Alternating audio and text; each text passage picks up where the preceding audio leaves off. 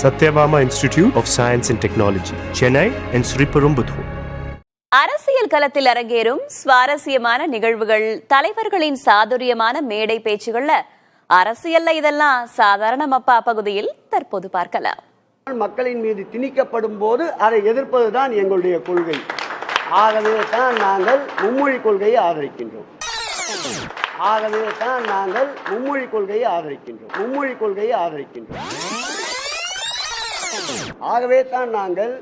இருமொழி கொள்கையை ஆதரிக்கின்றோம்.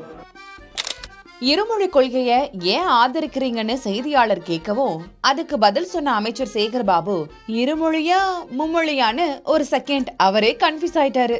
பொறுத்தளவில் எங்கள் முதல்வர்களே சொல்லியிருக்கிறார், எந்த மொழியையும் நாங்கள் வேண்டாம் என்று சொல்வதில்லை.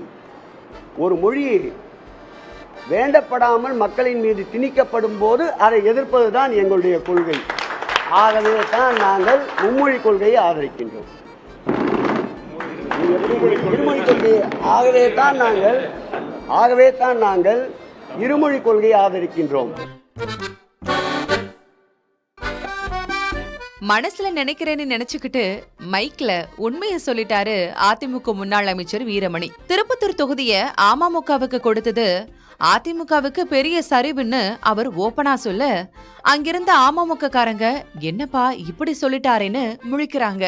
கழகம்தான் போட்டியிடும் என்கின்ற நிலையிலே இருந்த சூழ்நிலையிலே சிறிய சருக்கள் இன்றைக்கு திருப்பத்தூரை நாம் இழந்திருக்கின்றோம். தவிர அதை பெரும் முயற்சி எடுத்தோம், சாதித்து காட்ட வேண்டும். எப்படியும் நாம் தான் அந்த திருப்பத்தூர் தொகுதியிலே போட்டியிடும், அண்ணா திராவிட முன்னேற்ற கழகம் தான் போட்டியிடும், இரட்டையை தான் போட்டியிடும் என்ற நிலையிலே நாம் அதற்கு முயற்சிகளை மேற்கொண்டோம். ஆனால் அங்கு அந்த முயற்சிகள் தோல்வியடைந்தது. இந்த பாடத்தை நான் கல்லூரியில் நடத்தினா மாசம் 5 லட்சம் சம்பளம் கொடுத்துருப்பான். புரியுதா? சாப்பிட்டு வேலை செஞ்சாலும் சாப்பிட்டு போய் தான் வேலை செய்யணும். புரிஞ்சிருச்சா? Do you understand? இதுக்கு மேல பாடம் நடத்த முடியாது தம்பி, பாத்துக்க. அத பாத்துட்டு என்ன பண்ணும்? லைக் போடாத, அண்ணனுக்கு ஓட்ட போடு. புரியுதா? ஜெயிச்சா என்ன செய்ய போறோம்னு மேட மேடையா படம் போட்டு பாடம் எடுக்கிற சீமான் நல்லா கவனிங்கப்பான்னு ஒன்னு சொன்னாரு பாருங்க. இதுக்கு மேல இந்த பாடத்தை நான் கல்லூரியில் நடத்தினா மாசம் 5 லட்சம் சம்பளம் கொடுத்துருப்பான்.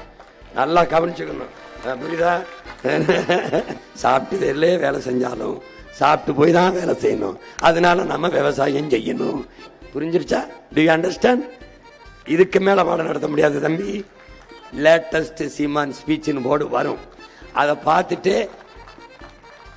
பார்த்துட்டு என்ன பண்ணும்? லைக் போடாத, அண்ணனுக்கு ஓட்ட போடு. புரியுதா?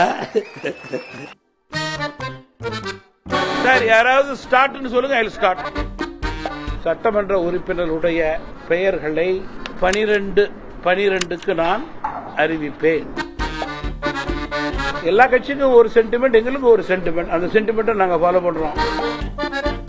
தமிழ் மாநில காங்கிரஸ் வேட்பாளர் பட்டியலை வெளியிட ஜி.கே. வாசன் பிரஸ் மீட்ல உட்கார்ந்துட்டாரு. ஆனா எனக்கு நல்ல நேரம் ரொம்ப முக்கியம்பான்னு சொல்லிட்டு கரெக்டா 12 மணி வரைக்கும் வெயிட் பண்ணி ரிலீஸ் பண்ணிருக்காரு. சார், யாராவது ஸ்டார்ட்னு சொல்லுங்க. I will start. சட்டமன்ற உறுப்பினருடைய பெயர்களை சரியாக 12-12க்கு நான் அறிவிப்பேன். எல்லா கட்சிக்கும் ஒரு சென்டிமெண்ட், எங்களுக்கு ஒரு சென்டிமெண்ட். அந்த சென்டிமெண்ட்டை நாங்க ஃபாலோ பண்றோம். இல்ல ஒரு நிமிஷம், அவர் சொல்றது சொல்றேன். 100க்கு 100 நல்ல நேரம் என்று நான் நம்புகிறேன். Satyabama Institute of Science and Technology, Chennai and Sriperumbudur.